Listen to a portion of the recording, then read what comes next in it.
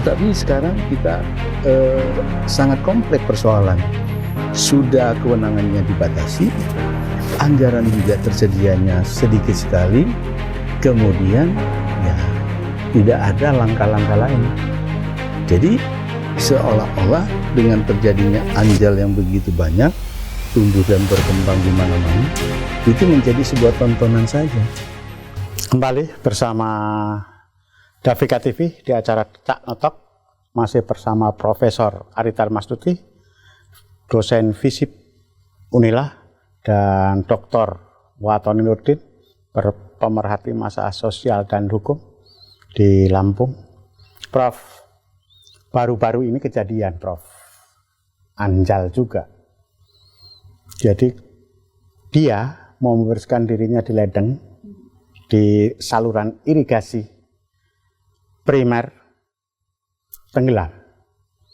Itu teridentifikasi anak yang biasa mengecat badannya dengan warna putih yang kita beri nama dengan manusia silver.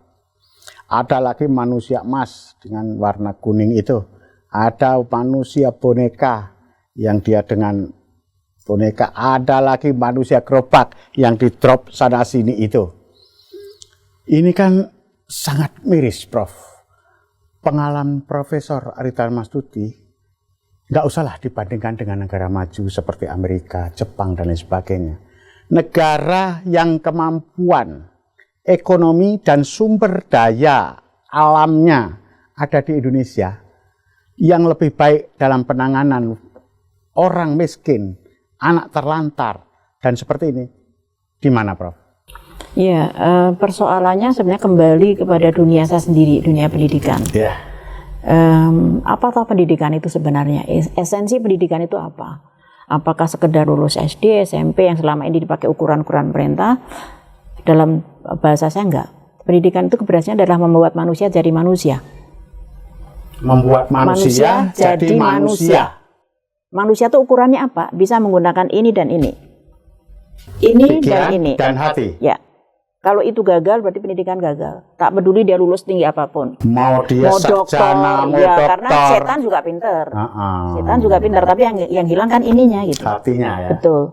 Nah, kenapa saya katakan bahwa negara seperti kalau saya selalu ini keluar juga lah, mas ya, Cak Notok ya saya bilang. Lihatnya keluar juga karena ada negara-negara itu nggak bisa kita contoh. Iya. Yang model-model kapitalis liberalis itu nggak usah dicontoh lah. Karena dia tidak manusiakan manusia. Dia manusia harus siap untuk berkompetisi dan menghabisi yang lain. Itu yang diajarkan. Kompetisi yang kapitalis. Ya, kapitalis, individualis, liberalis itu karakternya seperti itu. Manusia diajari untuk survive dirinya sendiri. Bahkan membunuh yang lain kalau perlu. Yes, kan begitu kapitalisme. Nah, negara-negara sosdem ya, Eropa Utara nggak seperti itu. Pendekatannya adalah memanusiakan manusia. Makanya bisa pendidikan di sana SD tidak boleh diberi PR. Ya. Harus sekian jam, tidak boleh diberi tugas-tugas macam-macam gitu. Sekolah itu harus menyenangkan sehingga dia senang sekolah. Dia senang, dia melihat contoh temannya lebih seperti di Jepang dilihat care sampah. Kalau dia masih buang sampah berarti dia belum manusia karena berarti hatinya tidak bagus.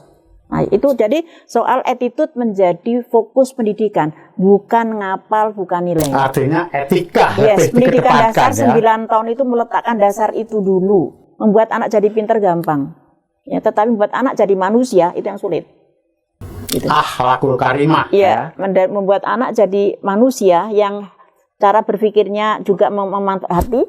Ya, apakah dia mau share pengetahuannya dengan temannya atau tidak, atau mau menyelesaikan masalah bersama dengan temannya, itu yang jadi ukuran-ukuran. Jadi bukan sekedar nilai. Bukan hanya sekarang nilai. Kan kepala sekolah kita itu diukur anakmu lulus semua atau tidak. Jadi bukan apakah anakmu hatinya bagus atau tidak, attitude-nya bagus atau tidak, kan tidak peduli itu. Ukuran-ukurannya adalah tidak boleh ngulang. Sekarang makanya tidak ada anak ngulang kan?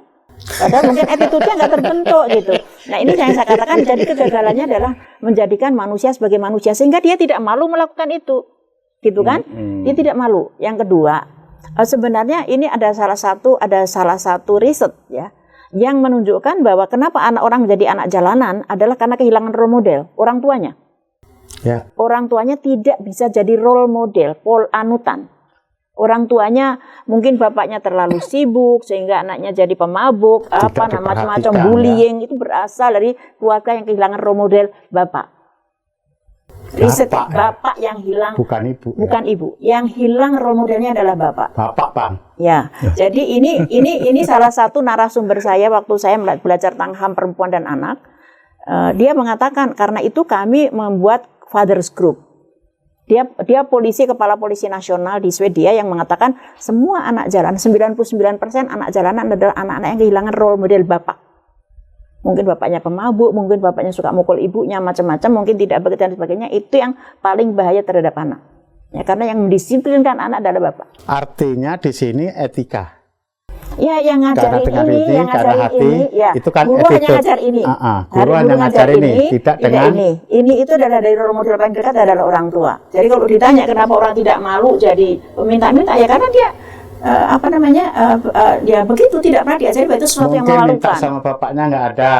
Iya. Minta sama bapaknya dan mungkin justru bukan sesuatu yang dipukul. memalukan, itu tidak pernah diajari gitu. Dan jangan-jangan bapaknya pun juga anjal dalam tanda kutip kan? Anjal dalam tanda kutip. Warisan itu. Iya, anjal dalam tanda kutip mempremani anak buahnya lah gitu. Tapi kan negara mewajibkan, Prof. Itu.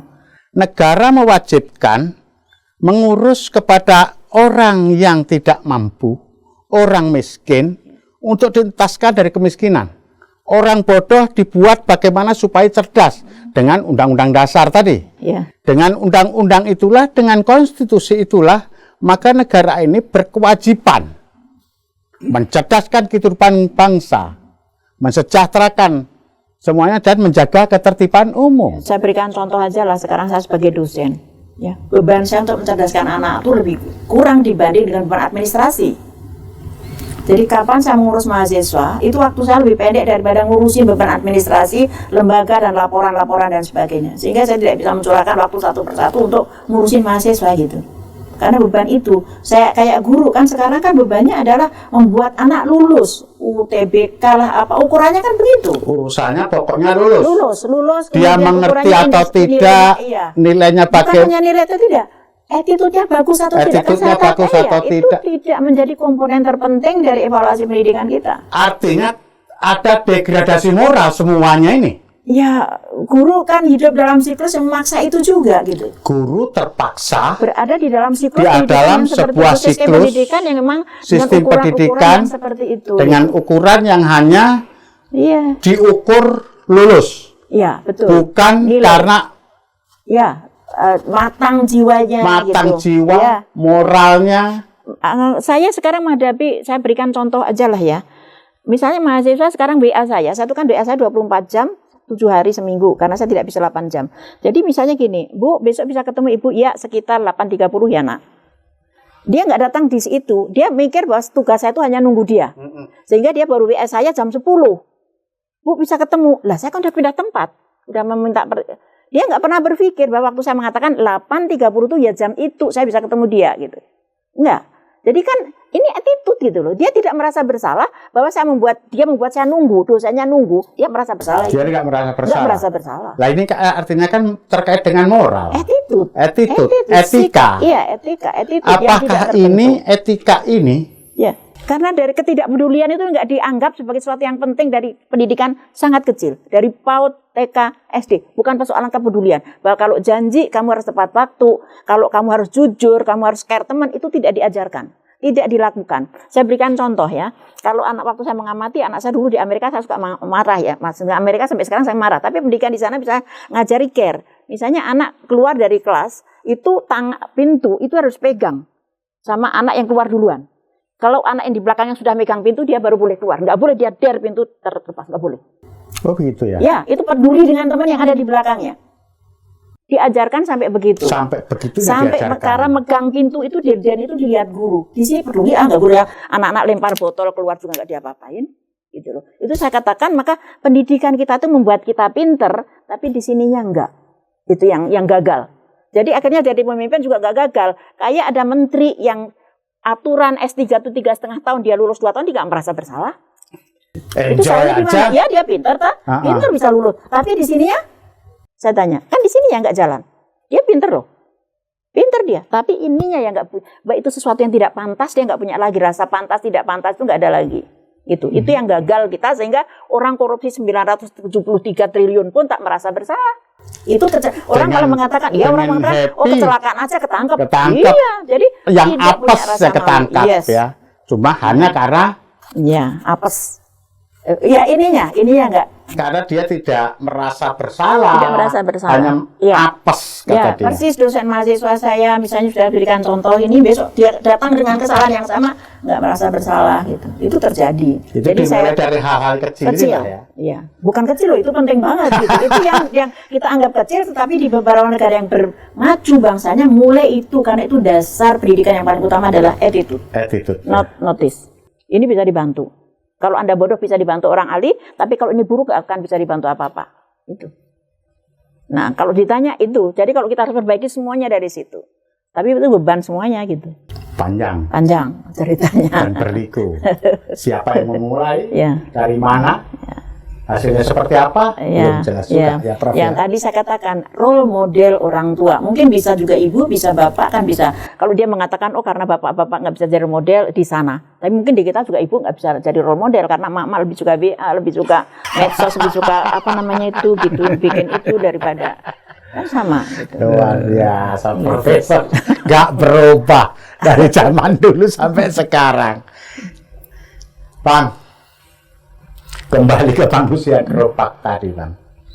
Pernah nggak Bang Watoni kemudian melihat ada pencegahan, himbauan atau apa dari pemerintah terkait dengan perilaku mereka yang seperti itu, Bang? Misalkan mereka kerahkan Pol PP untuk menyapu itu. Misalkan dinas sosial kemudian turun ke bawah dan mensosialkan kepada mereka, memberikan jalan keluar dan sebagainya. Padahal itu yang harus dilakukan oleh mereka. Pernahkah Abang melihat oleh daerah provinsi atau papan kota atau kabupaten lain melakukan itu? Ya, sepanjang saya melihat kondisi di Bandar Lampung saja ya. Artinya kalau dia itu tidak tumbuh dan berkembang lagi di minggu berikutnya, berarti ada proses. Ada tindakan. Tetapi ini tidak ada ya. Malah tumbuh dan berkembang. Semakin banyak. Semakin banyak.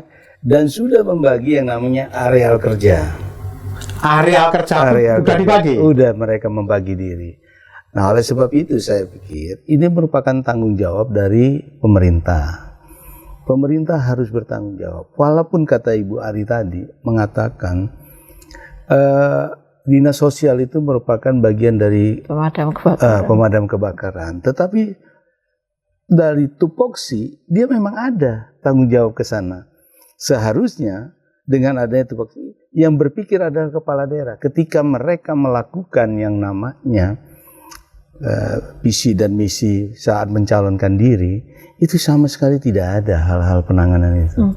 Mereka sudah melupakan janji-janjinya lah ya. Apalagi tidak ini tidak ada dalam visi misinya. Misi dari apa yang akan dilakukan selama 5 tahun. Itu. Jadi ya itu luput dari perhatian mereka. Nah, saya berpikirnya mudah-mudahan mereka menonton lah ini, supaya mereka juga sadar ada satu tanggung jawab besar sebenarnya yang ada di tangan mereka untuk menyelamatkan bangsa ini dari yaitu kaum miskin.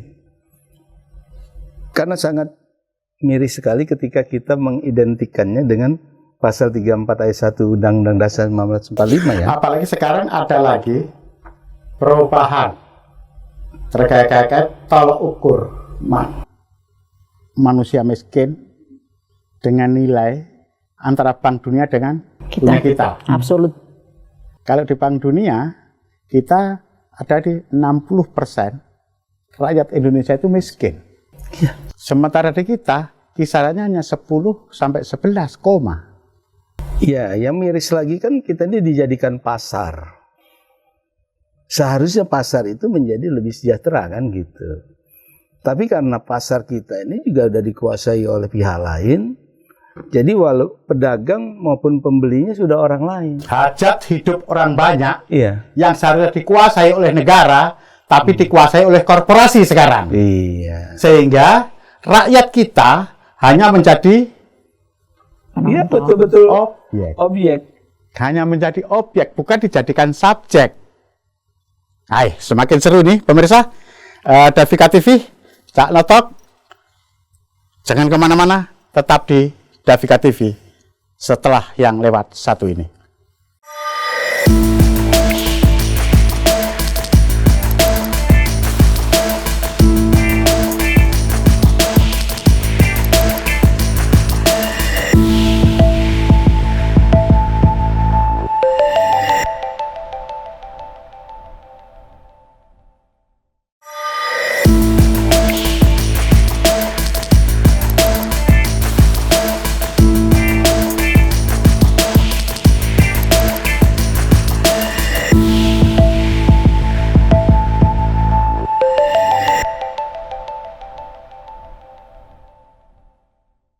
Oke, pemirsa yang budiman dan berbahagia, masih di Davika TV dalam acara Cak Notok. Prof dan Bang Watoni, bumi, air, dan kekayaan alam yang ada di dalamnya diperkuasai oleh negara dan dimanfaatkan untuk sebesar-besarnya kemakmuran rakyatnya. Melihat banyaknya tingginya angka kemiskinan di Lampung, kemudian rendahnya indeks pembangunan manusia di Indonesia dan di Lampung ini. Sementara posisi negara kita itu sangat diuntungkan. Matahari nggak pernah ingkar janji, bro. Dia tetap terbit pagi hari dan tenggelam malam hari. Simbiosis berjalan, kehidupan berjalan, continue. Seperti yang Prof sampaikan tadi, di Korea itu pada saat musim gugur, musim dingin. Di Cina pada saat musim gugur, musim dingin, mereka bisa apa? Artinya mereka harus punya bekal yang banyak. Tapi Indonesia dengan, kalau dulu katanya, gemah, ripah, loh, Cinawe, semuanya impor. Bahkan tambang-tambang kita yang seharusnya dikuasai oleh negara, banyak dikuasai oleh korporasi, perusahaan-perusahaan, beberapa kelompok orang dan lain sebagainya yang di wilayah sendiri pun tidak bisa apa-apa. Ini salahnya di mana para pemangku kepentingan ini? Sementara mereka kan sudah jelas. Kenapa mereka bisa jadi pejabat publik? Karena mereka pintar, cerdas. Tetapi janji mereka, undang-undang mengaturnya, bahwa bumi, air, dan kekayaan alam yang ada di dalamnya dikuasai oleh negara yang akan dipergunakan sebesar-besarnya untuk kemakmuran rakyat, tidak terjadi. Tadi Profesor sampaikan, korupsi 900 miliar, masih dengan santainya dia, dada-dada, ratusan triliun, dan lain sebagainya. APBN kita 80% ditopang dari pajak. Kemana hutan kita? Kemana hasil tambang kita? Kemana hasil laut kita? Semuanya hambar. Tidak jelas kemana, Prof. Di mana salahnya? Salahnya kita nggak konsisten dengan sila kelima. Keadilan sosial Bagi seluruh rakyat Indonesia. Itu akarnya. Kita berpikir keadilan kita basisnya individualisme. Iya sih, kalau basisnya individualisme, kemudian kita nggak perlu peduli dengan yang miskin gitu. Kapitalis. Itu kita, ya dengan neokapitalisme, neoliberalisme saat ini kan itu yang terjadi gitu. Sebetulnya negara kita ini ya, jadi membiarkan yang itu. Jadi adanya kompetisi yang tidak sehat. Kompetisi yang tidak sehat antara yang kuat dengan yang lemah. Kewajiban negara pada saat yang lemah kalah, yang dilindungi siapa? Yang lemah. Harusnya. Tapi yang dibantu kan yang kuat. Kan begitu toh? Nggak tahu saya. Ya, gitu, yang dibantu kan yang kuat justru. Padahal yang kuat tuh nggak usah dibantu aja, dia udah bersaing. Apa ya? Dia udah berdiri tegak. Ya, betul. Ya, dan kewajiban negara itu adalah memastikan bahwa misalnya sekarang ada investasi dari luar, kan yang boleh dibawa ke sini tuh hanya level manajer ke atas. Ya. Manajer ke bawah harus diberikan kepada orang setempat, dan itu pun dalam waktu certain time harus digantikan orang Indonesia. Apakah itu dipakai? Apakah proses tersebut? Misalnya terjadi alih keahlian ya. Dalam setelah waktu tertentu, semua yang keahlian tinggi itu harus dikerjakan orang Indonesia. Alih teknologi, kemudian alih pengelolaan. Itu tidak konsisten kita lakukan gitu. Itu dibiarkan saja. Ya, dibiarkan. Sekarang kalau kita kasat mata aja lah. Kalau kita naik pesawat tiap hari itu sekarang kan mau saya bukan anti pekerja migran ya. Tapi berapa orang yang tidak bisa lagi bahasa Indonesia yang ada di pesawat itu gitu. Itu sampai ke Lampung itu tiap hari gitu. Artinya apa? Pasti ini pekerjaan manajer ke atas nggak pernah berubah gitu. Sampai yang kasar pun juga kita lihat gitu loh. Nah ini kan nggak konsisten kita. Masa sih tukang aja diimpor. Terus yang tukang kita kemana gitu? Kan itu sudah jadi rahasia umum. Banyak sekali sebenarnya sektor-sektor pekerjaan yang mestinya masih padat karya yang dipegang oleh rakyat kita pun udah dipegang orang lain.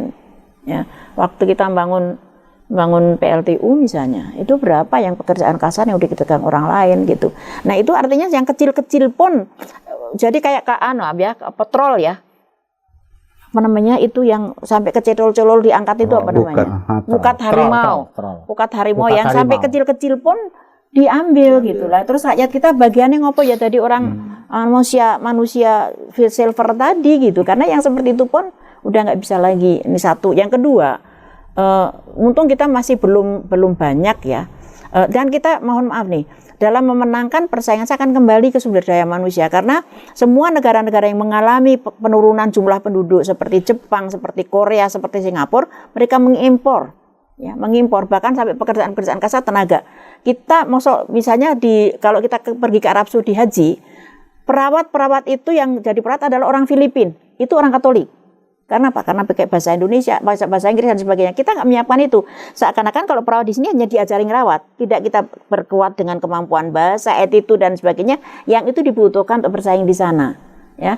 TKW kita juga paling di TKW. Jadi yang di level-level seperti itu, misalnya bahkan sopir, petugas taman, itu semuanya diisi oleh orang-orang Asia Selatan seperti Bangladesh yang memang bahasa Inggrisnya luar biasa. Filipina juga seperti itu, kita enggak gitu. Dan padahal itu adalah lapangan pekerjaan yang sah yang bisa meningkatkan penghidupan kita. Itu kan banyak menghasilkan, minimal mereka akan dapat penghasilan yang lebih gede daripada sekedar jadi ART di sana.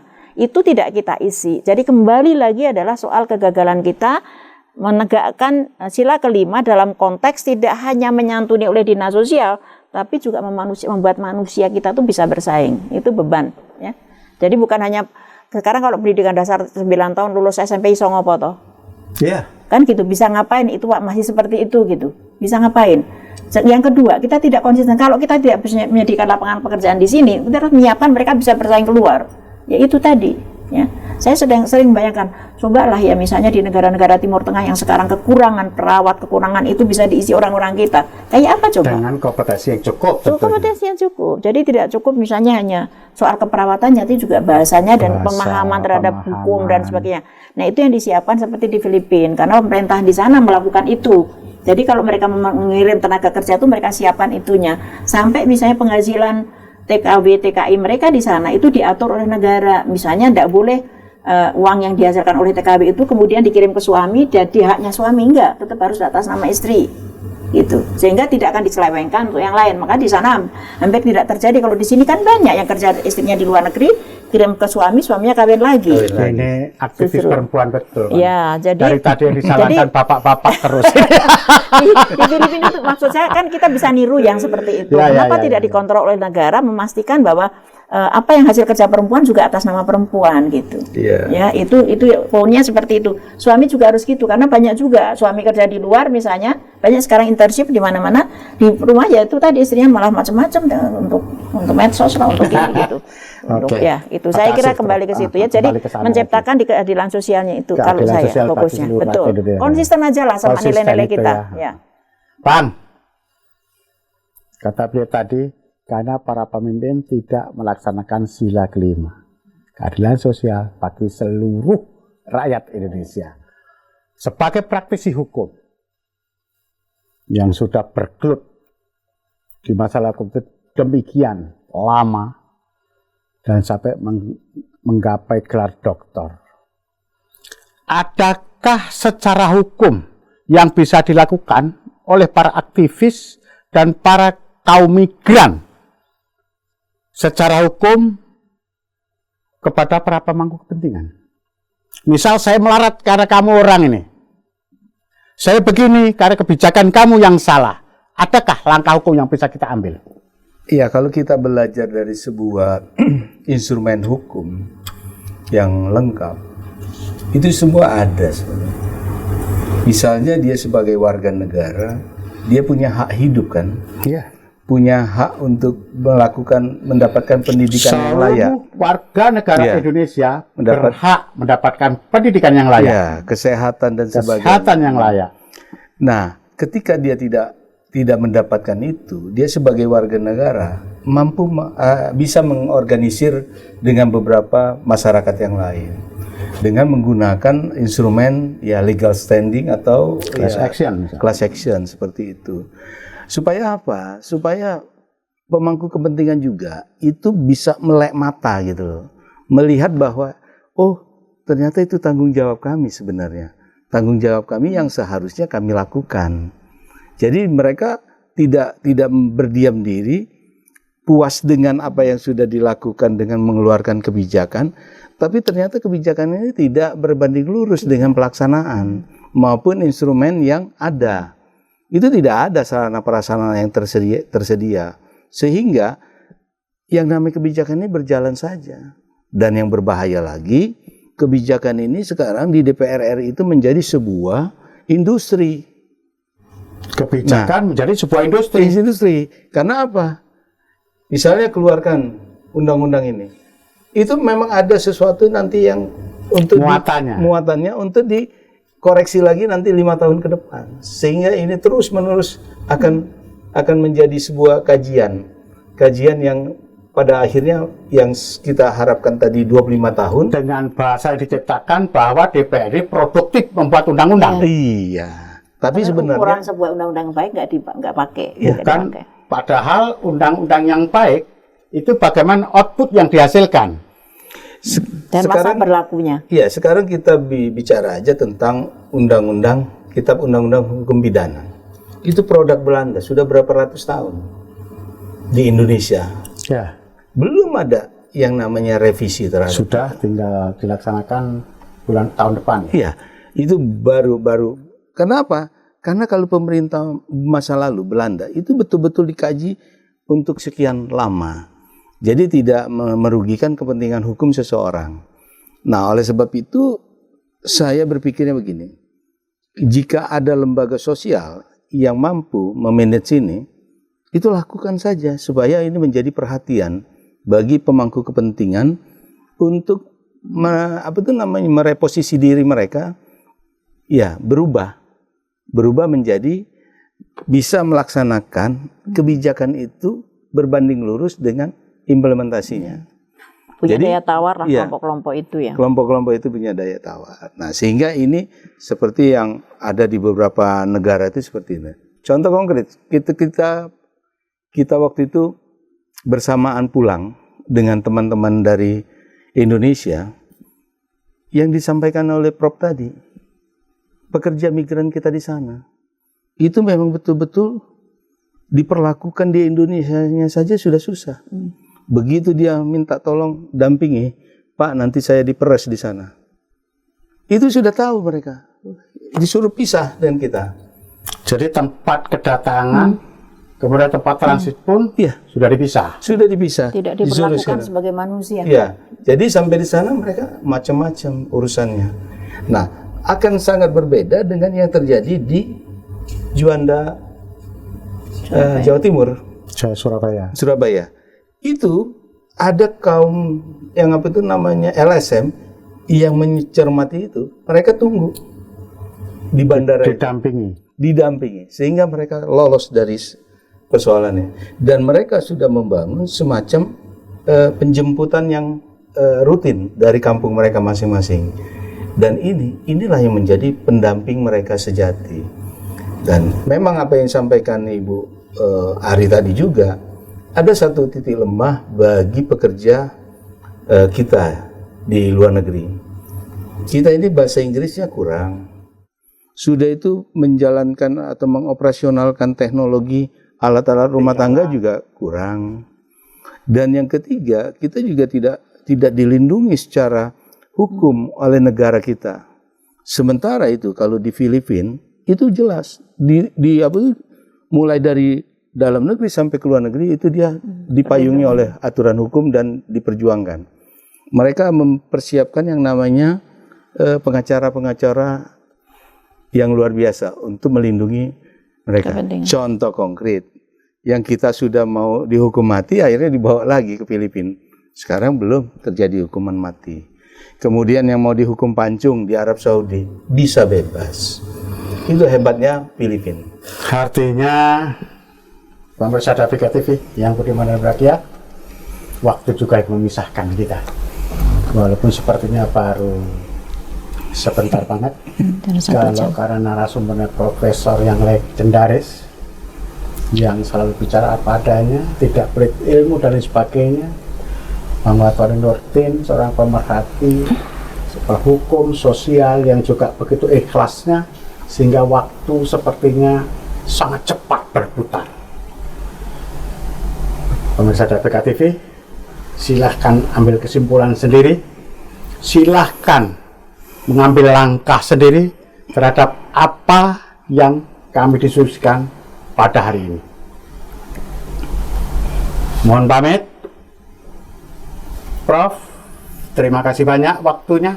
Terima kasih. Selamat sore semuanya. Bang, terima kasih waktunya. Sama-sama. Mudah-mudahan apa yang kita lakukan hari ini diperhatikan oleh pemangku kepentingan sehingga bisa mengambil kebijakan yang pro rakyat, tidak neo-kapitalisme. Ya, amin. Karena negara kita adalah negara demokrasi yang berdasarkan Pancasila dan Undang-Undang Dasar 1945. Pemirsa Dafika, sekali lagi terima kasih banyak. Waktu juga memisahkan kita. Saya wabillahi taufiq wal hidayah. Wassalamualaikum warahmatullahi wabarakatuh. Waalaikumsalam warahmatullahi wabarakatuh.